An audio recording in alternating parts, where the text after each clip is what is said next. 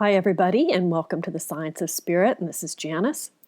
And today I have got a fairly short podcast. This is just some channeling that I did actually today. And even though there isn't a whole lot there, I thought that people might be interested in hearing what it was. So I decided to do a session on the monoliths. Now, if you aren't familiar with this, these are these big, what look like they're steel structures that have been placed in really odd places.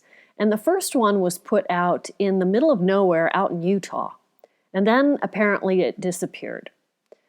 And it has then appeared, I don't know if it's the same one, I didn't ask that, or if it's different ones that have appeared in probably at least 4 or 5 other places throughout the world.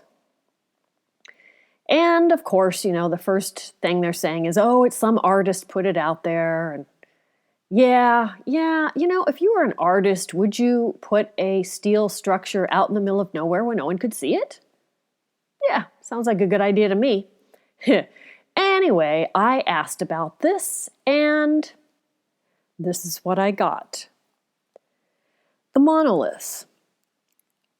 They are event enablers set in lands in need of cleansing or clearing.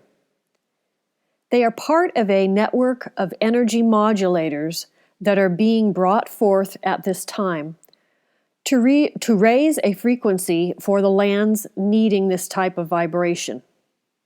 And then I asked who built them or put them there. And I got entities with technology to help. Vital components of a grid system put in place, but not yet fully activated. And Pleiadian. I had received information kind of a long time ago that there was some kind of a grid system here way in the past. And I never did know if it was really something that was beneficial to humans or if it was something more suppressing. So the information I got on that was the old grid system was an energetic bridge or grid that connected several points on Earth with others and energetic points in space. Was used for good effects at various times but fell into disrepair. Those keeping grid active left. And there's certainly a lot more I could ask about that, so I might ask a little bit more down the line here. Now, I also asked about the solar flares that we've been having. And I got that solar flares can be brought to fruition and intercepted by craft or technology to help suppress the blasts.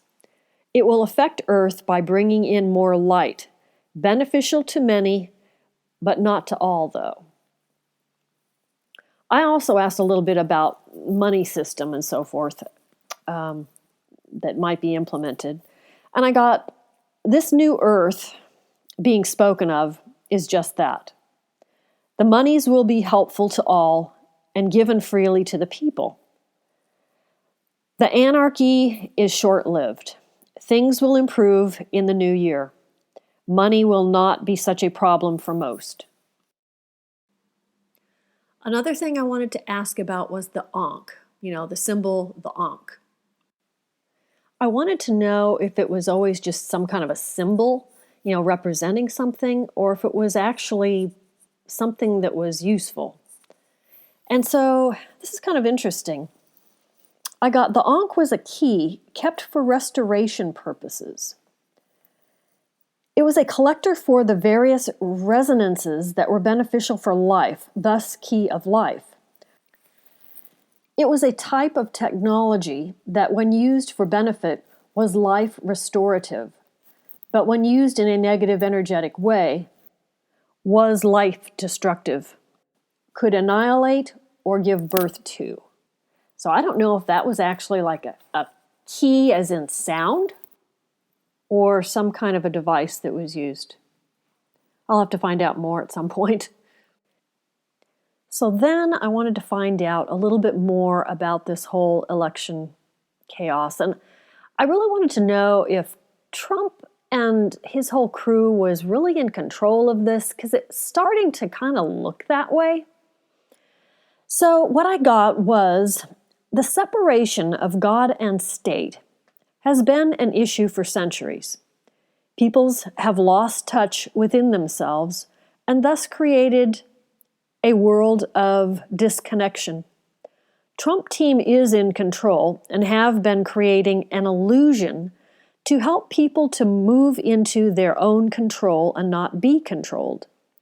The masses have to stand and hold their ground and shift into the reality they want.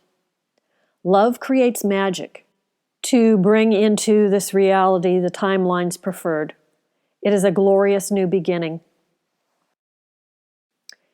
And the last thing I asked about was remote viewing. I was curious to know what the difference is between how I channel and get information that goes through my higher self, although my subconscious always is the intermediary that filters that. I wanted to know what remote viewers, what is it that they're tapping into? The information seems different than the way I get it, and I used to remote view. So I asked what remote viewers in general are tapping into, and this is what I got. Remote viewers in general get from subconscious collective many differing vibrating fields that enable the remote viewers, to bring forth the most pertinent information of their asking. So that's all that I got. And for those of you who were just thinking you were going to get information on monoliths, nope, you got the election, you got Ankhs, and so much more. I know I should be a little bit better at categorizing these things, but didn't happen. So you get the whole thing, all or nothing. If I get any more information on this whole election thing, the monetary system, or anything else really interesting, I'll be sure to let you guys know. So once again, I want to thank you so much for listening and have a wonderful week.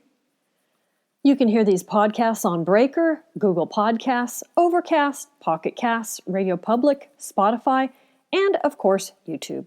Thank you for listening.